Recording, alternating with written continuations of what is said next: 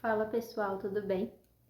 Estamos aqui com mais um vídeo para tratarmos sobre o artigo 5º da Constituição Federal dos direitos e deveres individuais e coletivos. Vamos dar continuidade com o inciso 11, que diz: a casa é asilo inviolável do indivíduo, ninguém nela podendo penetrar sem consentimento do morador, salvo em caso de flagrante delito ou desastre, ou para prestar socorro, ou durante o dia por determinação judicial. Esse inciso garante que a casa de uma pessoa é inviolável, ou seja, ninguém pode adentrar nela sem permissão. Isso protege a privacidade e a segurança dos moradores. Há exceções em que a entrada ela pode ocorrer sem a autorização do morador, como flagrante delito, que se alguém estiver cometendo o crime dentro da casa, ou como tráfico de drogas, sequestro, a polícia ela pode entrar sem precisar de um mandado. Em caso de desastre, como incêndios, enchentes ou algum desabamento, as autoridades elas podem entrar sem autorização para salvar vidas e evitar danos. Temos a prestação de socorro. Se a pessoa ela estiver passando mal dentro de casa e ela não puder abrir a porta, um socorrista pode entrar para poder ajudá-la. Mandado judicial durante o dia. A polícia ela só pode entrar na casa para cumprir o mandado de busca e apreensão se for durante o dia e com autorização da justiça. Temos o seguinte exemplo: suponha que a polícia ela recebeu uma denúncia anônima de que uma pessoa guardava uma arma ilegal em sua casa. Os policiais eles não podem simplesmente entrar, eles precisam obter o mandado judicial, que eles só podem cumprir durante o dia. Por outro lado, se dentro da casa alguém estiver gritando por socorro e houver indícios de violência, os policiais eles podem entrar sem precisar de um mandado, porque se trata nesse caso de um flagrante delito. A inviolabilidade ela não alcança somente a casa, a residência do indivíduo. Ela alcança também qualquer recinto fechado que não seja aberto ao público, ainda que de natureza profissional, como escritório de advogado, um consultório médico, dependências de uma empresa. A ordem judicial, então, ela só pode ser cumprida durante o dia. Já a prestação de socorro diante de um desastre ou um flagrante delito, ele pode ocorrer a qualquer hora do dia ou da noite. E aí, o inciso 12 diz que é inviolável o sigilo da correspondência e das comunicações telegráficas, de dados e das comunicações telefônicas, salvo, no último caso, por ordem judicial, nas hipóteses e na forma que a lei estabelecer para fins de investigação criminal ou instrução processual penal. Ninguém pode ter a sua correspondência ou ligação violada sem autorização. Se aplica a cartas e correspondências enviadas pelos correios, mensagens enviadas por telegramas, que não está mais em uso, dados eletrônicos, como e-mails, mensagens em aplicativos, ligações telefônicas. No entanto, há uma exceção importante. A interceptação telefônica, ela pode ocorrer por uma ordem judicial. A justiça, ela pode autorizar a quebra do sigilo apenas em casos de investigação criminal ou processos penais. Isso significa que o juiz, ele pode permitir que a polícia grampeie o telefone se houver suspeitas de crime.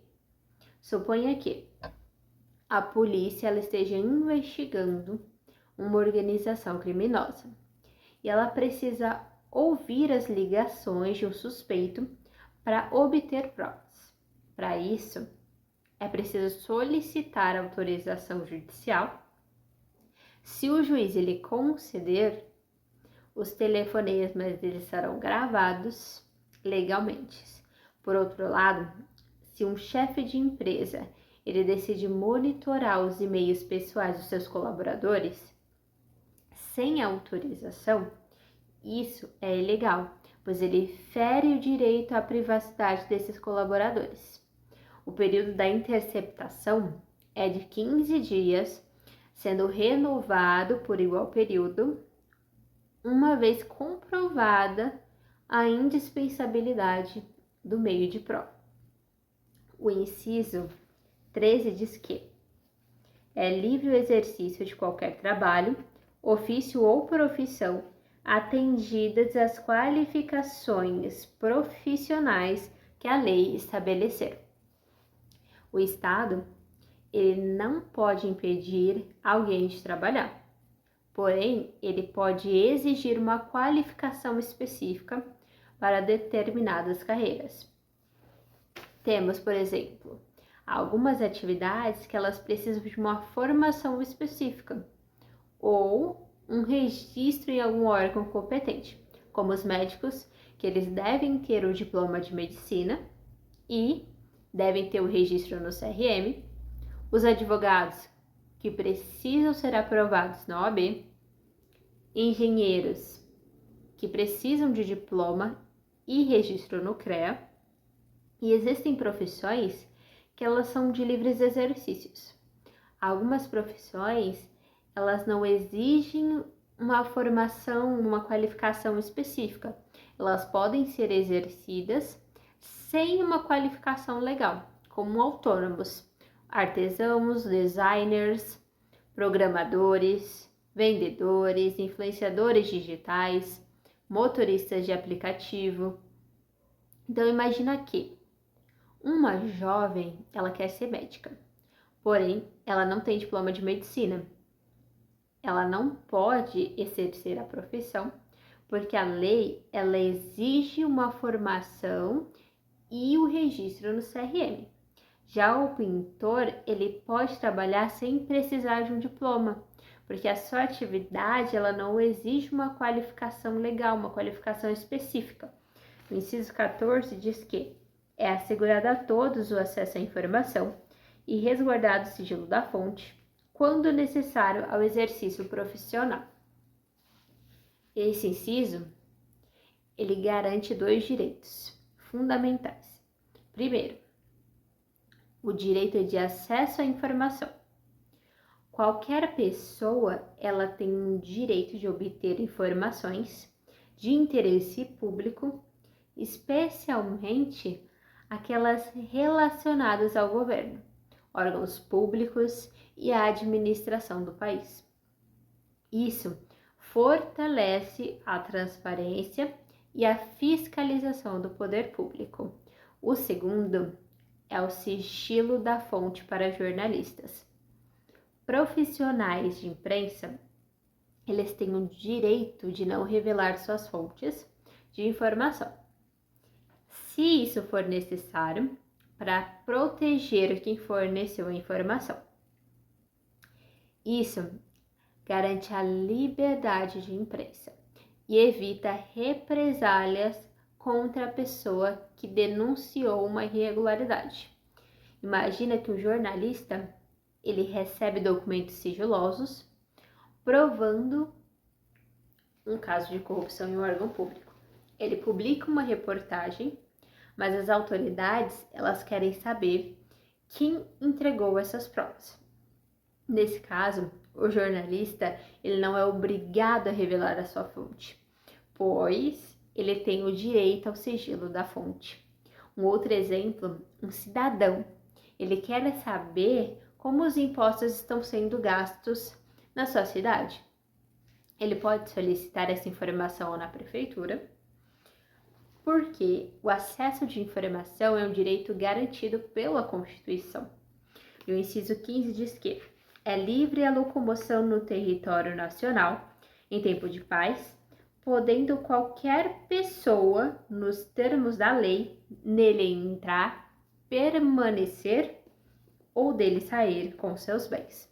Então, esse inciso ele garante o direito de ir e vir, ou seja, qualquer pessoa pode se deslocar livremente pelo país, entrar, sair, circular dentro do território nacional, sem precisar de uma autorização do governo, desde que respeite as leis. Porém, existem algumas exceções, como o estado de sítio ou estado de defesa. Se houver uma grave ameaça à ordem pública, o governo ele pode restringir a locomoção. Uma decisão judicial. Pessoas podem ser impedidas de viajar por meio de uma ordem judicial, como em casos de uma prisão domiciliar ou devedores de pensão que tenham restrições. O controle de fronteiras. Para sair do país é preciso de passaporte válido e cumprir as regras. Então, um cidadão ele pode viajar livremente entre estados sem precisar de autorização do governo. No entanto, se uma pandemia ela atingir o país, o governo decretar uma quarentena em certas regiões, ele pode restringir a locomoção para evitar a propagação da doença. Um outro exemplo, quando um devedor de pensão alimentícia, ele pode ser proibido de sair do país até regularizar a sua situação, pois a justiça ela pode impor essa restrição. E é isso por hoje. No próximo vídeo daremos continuidade a partir do inciso 16 e o edital tá logo aí.